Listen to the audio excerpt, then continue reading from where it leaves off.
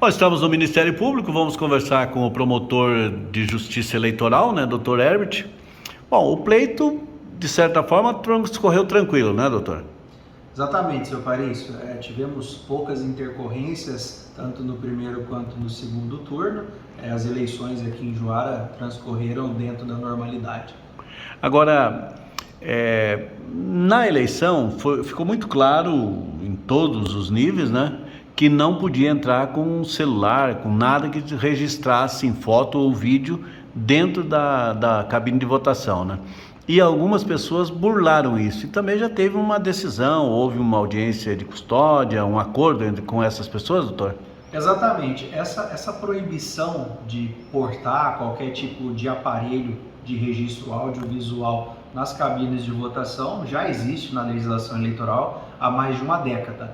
E o que houve agora foi uma intensificação dessa fiscalização a partir de uma recomendação do Tribunal Superior Eleitoral, de modo que isso foi amplamente divulgado e descumprir essas orientações da Justiça Eleitoral configuram a hipótese de crime, de desobediência, que está previsto também como infração penal no Código Eleitoral. Todos os eleitores tomaram conhecimento dessa informação de forma prévia. No dia da eleição, todos eram orientados a deixar os seus aparelhos em um local próximo da cabine, de modo a não ingressarem no interior da cabine portando-os. E acontece que aqui em Juara nós tivemos 3 ocorrências de eleitores que desrespeitaram essas orientações legais e da Justiça Eleitoral, ingressaram na cabine portando aparelhos celulares, registraram o voto e inclusive tentaram ou efetivamente divulgaram isso nas suas mídias e nas redes sociais.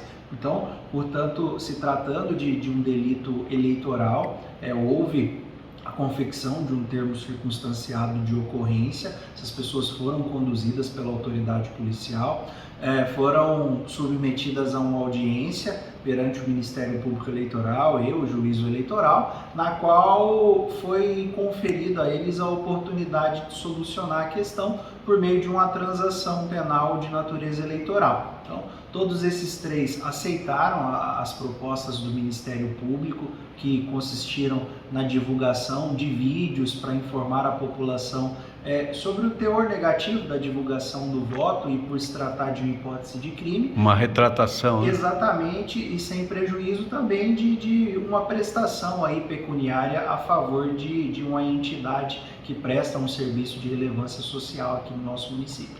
Qual foi essa,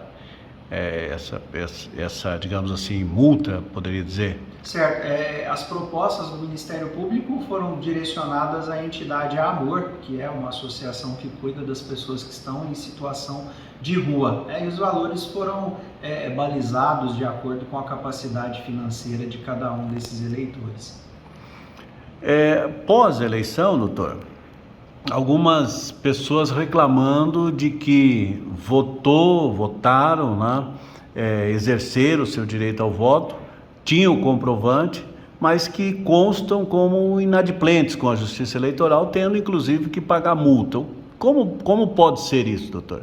Bem, o que chegou ao conhecimento do Ministério Público recentemente se relaciona a divulgações de vídeos de eleitores que de fato questionam o cômputo ou não dos seus votos, tanto no primeiro quanto no segundo turno, tendo em vista que apesar dos comprovantes, não conseguiram a emissão de uma certidão de quitação eleitoral junto à Justiça Eleitoral. Então, assim, é importante que a gente estabeleça aí distinções.